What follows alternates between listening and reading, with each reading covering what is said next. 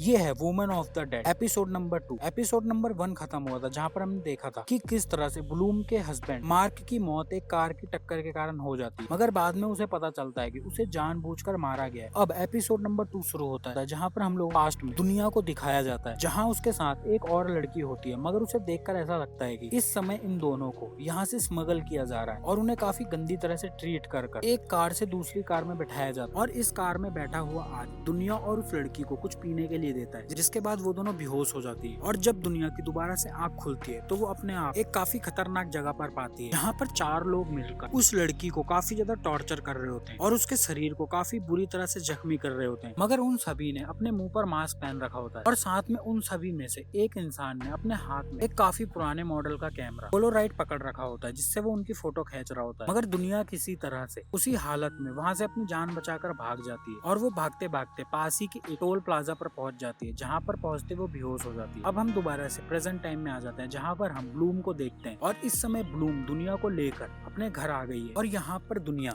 Paper के ऊपर उन 4 मास्क की फोटो बनाती है, जिन मास्क को उसने उन लोगों के चेहरे पर देखा था। अब इसी के बाद दुनिया ब्लूम को सारी बातें सच सच बता देती है कि किस तरह से वो उस जगह से अपनी जान बचाकर भागी थी, जिसके बाद वो सीधा मार्क से मिली थी और मार्क ने ही उसको सेफ रखने के लिए उस जगह पर रहने के लिए बोला था, क्योंकि मार्क को शक था कि उसके साथ के ऑफिसर मतलब पुलिस भी उन लोगों के साथ मिली हुई है, तो वो नहीं चाहता था कि दुनिया की जान खतरे में पड़े, जिस कारण से मार्क ने ही दुनिया को वहाँ पर छुपा कर रख रखा था। मगर ब्लूम को मार्क के ही फोन में एक और नंबर मिलता है, जिसके ऊपर जो ब्लैंक नाम लिखा होता है और ब्लूम को इस नंबर के ऊपर काफी ज्यादा शक हो रहा होता है, लेकिन उसे ये नहीं पता है कि ये नंबर किसका है। और साथ में दुनिया की भी हालत काफी खराब है और वो मेंटली काफी ज्यादा डिस्टर्ब है, तो वो कोई भी बात ठीक तरह से नहीं बता पा रही है और ना समझ पा रही है। तो इस कारण से ब्लूम दुनिया को अपने ही घर में रहने के लिए बोल देती है, लेकिन ब्लूम अपने घर में झूठ बोल देती है कि दुनिया उसकी एक बचपन की फ्रेंड है और इस समय दुनिया के घर में उसके हस्बैंड से प्रॉब्लम चल रही है, जिस कारण से वो यहाँ पर आके रह रही है और वो ये नहीं जानती है कि वो यहाँ पर कितने दिनों तक और रुकेगी। लेकिन अब ब्लूम को दुनिया की पूरी बात बताने से ये पता चल गया है कि उन 4 में से एक के पास पोलोराइड कैमरा था, जो कि काफी पुराने मॉडल का कैमरा है। तो उस कैमरे के बारे में पता लगाने के लिए ब्लूम सीधा एक ऐसे स्टोर पर पहुंचती है जो कि बहुत पुराने समय का सामान बेचता है और वो यहाँ जाकर ऐसे कैमरे के बारे में पूछती है। तो वो उस स्टोर पर जाकर उससे ये पता लगाने की कोशिश करती है कि क्या किसी इंसान ने यहाँ से कोई एक पोलोराइडर कैमरा खरीदा है। तो वो बताता है कि ऐसा तो कोई आदमी यहाँ पे नहीं आया और उसके पोलोराइडर कैमरा काफी समय से किसी ने भी नहीं खरीदे। मगर वो उसे बताता है कि अगर वो एक फोटो गैलरी में जाकर वहाँ की फोटो चेक करे तो उसे पता चल सकता है कि शहर में कौन कौन इस तरीके के कैमरे यूज करते हैं। दूसरी तरफ स्कूल में ब्लूम की बेटी नैना से उसी के कुछ क्लास में बदतमीजी करते हैं, जिस कारण से उनकी फाइट हो जाती है। लेकिन जब उनको उन्हीं के टीचर फादर रोकने आते हैं तो नैना गुस्से में उनकी भी शर्ट फाड़ देती है, जिसके बाद स्कूल में ब्लूम को भी बुलाया जाता है नैना की इस हरकत के बारे में बताने के लिए। लेकिन प्रिंसिपल उसे बताती है, वो समझती है कि अभी नैना काफी परेशान है, मगर अगर नैना ने दोबारा से अपनी पढ़ाई पर ध्यान नहीं दिया तो वो इस साल फेल हो सकती है। मगर दूसरी तरफ जिस टाइम फादर अपनी फटी टी शर्ट के कारण एक नई टी शर्ट पहन रहे होते हैं तो ब्लूम की नजर उनकी बाजू पर जाती है, जहाँ पर वो देखती है उनकी बाजू पर एक निशान है जिस पर कोई अजीब सा टैटू जैसा बना हुआ है। अब आप इस मार्क को भी याद रखिएगा क्योंकि ये मार्क आगे काफी ज्यादा काम का बने। तो अब प्रिंसिपल और फादर ब्लूम को नैना पर ध्यान रखने को बोलकर वहाँ से जाने के लिए बोल देते। अब इसके बाद ब्लूम और उसकी पूरी फैमिली नेक्स्ट डे मसीमो के घर डिनर के लिए जाते हैं। तो यहाँ पर नैना सीधा ही मसीमो से इन्वेस्टिगेशन के बारे में पूछ लेती है। तो मसीमो से बताता है उन लोगों को अभी तक कोई पुख्ता सबूत नहीं मिला है उस ब्लैक कार के बारे में जिसने उसके पिता को ठोका था, मगर पुलिस पूरी कोशिश कर रही है और उसने अभी तक काफी सारी कारों को चेक किया है। इसके बाद जब वो लोग अपने घर वापस आ जाते हैं तो जिस टाइम ब्लूम के फादर इन लो काल कपड़े ड्राई क्लीन करने के लिए जब दुनिया के रूम में जाते हैं तो वहाँ पर उसे दुनिया की एक टी शर्ट मिलती है, जिसके ऊपर एक हॉस्पिटल का लोगो होता है। मतलब ये टी शर्ट एक मेंटल हॉस्पिटल के पेशेंट की है। तो उन्हें शक होता है कि ये लड़की कहीं किसी हॉस्पिटल से भागकर तो यहाँ नहीं आई। वो सीधा उस शर्ट को ले जाकर ब्लूम को दिखाते हैं और वो उससे पूछते हैं कहीं ब्लूम इस लड़की के बारे में उनसे कुछ झूठ तो नहीं बोल रही है, क्योंकि ये टी शर्ट एक हॉस्पिटल की है और ये हॉस्पिटल मेंटल लोगों का है। लेकिन ब्लूम अपने फादर इन लॉ को समझाती है कि ऐसी कोई बात नहीं है, मगर ब्लूम को भी ये बात नहीं पता होती है। तो ब्लूम उस शर्ट को लेकर सीधा उसी हॉस्पिटल में पहुंच जाती है जिस हॉस्पिटल की ये शर्ट है और यहाँ पर ब्लूम रिसेप्शनिस्ट से दुनिया की फोटो दिखाकर उसकी जानकारी निकलवाने के लिए बोलती है। लेकिन पहले वो रिसेप्शनिस्ट उसे किसी भी पेशेंट की जानकारी देने से मना कर देती है, मगर ब्लूम की रिक्वेस्ट करने पर वो ऐसा करती है और वो उसे बताती है ऐसी कोई भी इंसान यहाँ पर एडमिट नहीं हुई। मगर साथ में ब्लूम को उसी हॉस्पिटल में वो औरत भी दिख जाती है जो औरत उसके पति मार्क के फ्यूनरल पर भी आई थी और ब्लूम उसे पहचान नहीं पाई। तो अब ब्लूम उस औरत का वेट हॉस्पिटल के बाहर ही करना शुरू कर देती है और जब उस औरत की उस हॉस्पिटल से छुट्टी होती है तो वो बाहर आती है जहाँ उसे ब्लूम मिलती है।